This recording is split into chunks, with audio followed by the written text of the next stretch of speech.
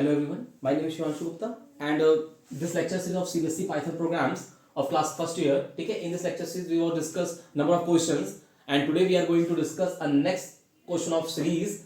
Okay, and in this series question we can see here like जैसे हमने अभी last question perform किया था सीरीज का, बिल्कुल उसी तरीके से हमारा इस सीरीज का क्वेश्चन है. बस इसमें हमारा डिफरेंस ये हो गया है कि इस सीरीज के क्वेश्चन में हमारा क्या है कि प्लस माइनस का अल्टरनेशन आ गया है कि भाई एक बार प्लस का टर्म है, एक बार माइनस का, एक बार प्लस का, एक बार माइनस का. तो कभी भी कोई भी सीरीज का क्वेश्चन जब अल्टरनेट में प्लस माइनस आएगा तो आप उसको ऐसे नोटिस करोगे. कैसे? क्या देखो, अभी मैं बताऊंगा सीरीज का सम कैसे होगा, ठीक है, और इसको ज्यादा क्लियरली एक्सप्लेन हम सीरीज के सम में भी इसके प्रीवियस क्वेश्चन में कर चुके हैं. ठीक है, कि ऐसे सम करेंगे, बाकी इसमें भी मैं बताता हूं तो आपको पूरा सोल्यूशन मिल जाएगा इसमें, नो वरी.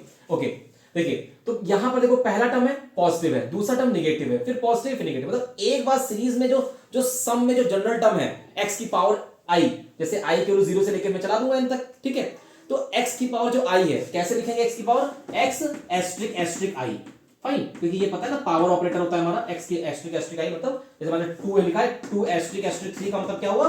क्या कि 2 की पावर 3, तो वो आपको 8 मिल जाता है इस तरीके से, है ना. तो ये एस्ट्रिक एस्ट्रिक आपका एक्सपोनेंशियल पावर के पावर देगा आपको किसी नंबर की, ठीक है. तो x एस्ट्रिक एस्ट्रिक i जो हमारा है वो क्या हो रहा है? एक बार क्या हो रहा है? जुड़ रहा है, एक बार घट रहा है, एक बार जुड़ रहा है, एक बार घट रहा है. कब जुड़ रहा है, कब घट रहा है, इसको थोड़ा मार्क करते हैं हम लोग. देखो यहां पर i की वैल्यू क्या है? 0 है, यहां पर जुड़ा है. i की वैल्यू 2 है, जुड़ा है. i की वैल्यू आगे 4 होगी, जुड़ा है. ठीक है, इसका मतलब क्या है? जब i की वैल्यू इवन है तो x क्या है? जुड़ रहा है. और जब देखो i की वैल्यू 1 है, i की वैल्यू 3 है, ठीक है, तो घट रहा है. इसका मतलब इवन ऑड का कॉन्सेप्ट यहां पर देखो अप्लाई हो गया. इसीलिए मैंने कहा था कि ये बोर्ड ने क्या किया, बहुत ही गिने चुने बहुत सिलेक्टिव क्वेश्चंस दिए हैं जिसमें कि आपके बेसिक सारे के सारे कॉन्सेप्ट इन्हीं क्वेश्चन पे आ जाएंगे.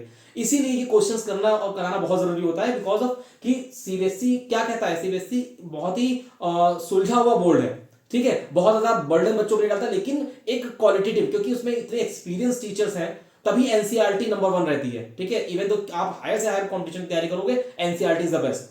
ठीक है, ऐसा नहीं हो सकता कि बिना एनसीईआरटी, क्योंकि एनसीईआरटी इसने कवर कर ली, दैट मींस की सुपर. ठीक है, आपके कॉम्पिटिशंस की क्लियरेंस में बहुत मदद करती है. वो अलग बात है कि प्रैक्टिस के लिए आप डिफरेंट बुक्स कंसीडर कर लो, लेकिन एनसीईआरटी जो होती है इतनी ज्यादा अच्छे से डिजाइन है, अच्छे से एक्सप्लेन है कि बच्चों को पूरी अंडरस्टैंडिंग डेवलप करती है, ना कि केवल उसका पर्टिकुलर सोल्यूशन.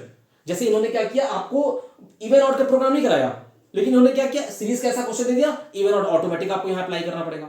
तो इवन आउट का अप्लाइड यहां पर वर्जन आ गया आपका. ठीक है, कि आपको सम जब इवन आई होगा तो आपको सम ऐड करना है जनरल टर्म को, और जब आपका ऑड टर्म्स होंगे तो वहां पर सब्ट्रैक्ट होगा वैल्यूज. ठीक है, कैसे देखो. और क्वेश्चन क्या है? Right a programme.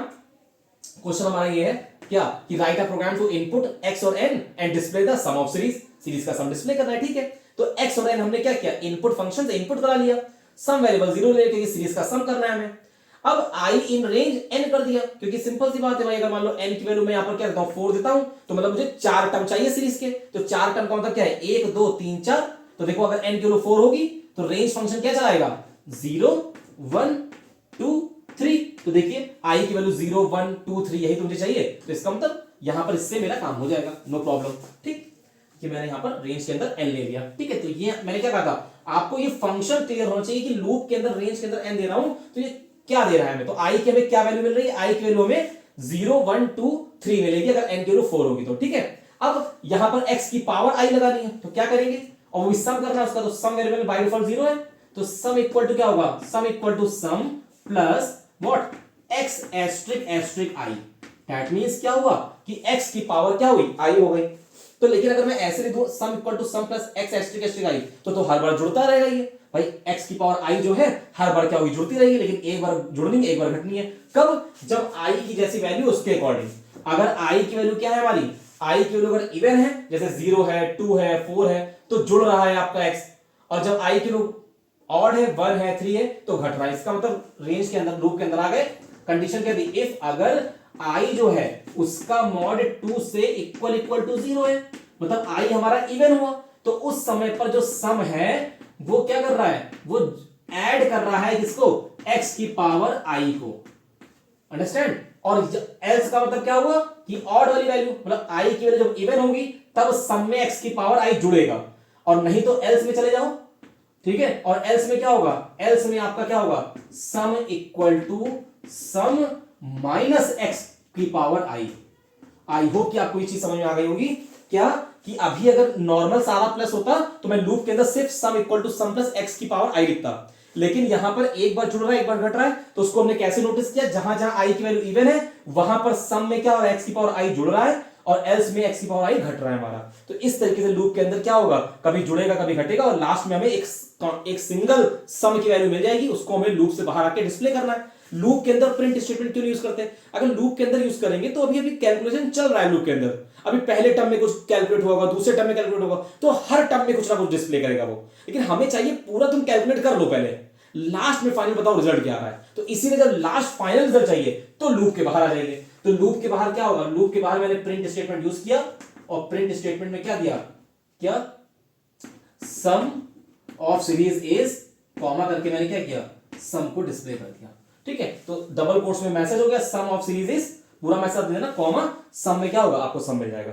तो इस तरीके से देखो इंडेंटेशन का पूरा ध्यान रखा है मैंने, एक्स के नीचे एन, एन के नीचे सम के नीचे फॉर, और फॉर की लाइन में प्रिंट। ठीक है, और फॉर के अंदर जो स्टेटमेंट थी वो मैंने इंडेंटेशन थोड़ा आगे शिफ्ट कर दिया। ठीक है, तो इस तरीके से आपका ये सीरीज का क्वेश्चन क्या होगा, कंप्लीट होगा, और फिर इसी तरीके से हम आगे भी क्वेश्चंस करेंगे। आई होप कि आपको क्लियरली समझ में आ रहा होगा, और इस तरीके से जब आपकी पूरी लेक्चर सीरीज खत्म होगी तो आपको क्लास फर्स्ट ईयर के, या कह सकते हो पाइथन के बहुत ही बेसिक और बहुत अच्छे क्वेश्चंस का एक सेट मिल जाएगा, और फिर जब मैं क्लास 12 की लेक्चर सीरीज पूरी कंप्लीट करूंगा तो आपको एक और सेट मिल जाएगा। तो पूरा कंप्लीट जो अगर आपने किसी ने कंप्लीट कर लिया तो डेफिनेटली उसको पाइथन में बहुत अच्छा कमांड हो जाएगा। Okay, thank you so much, take care.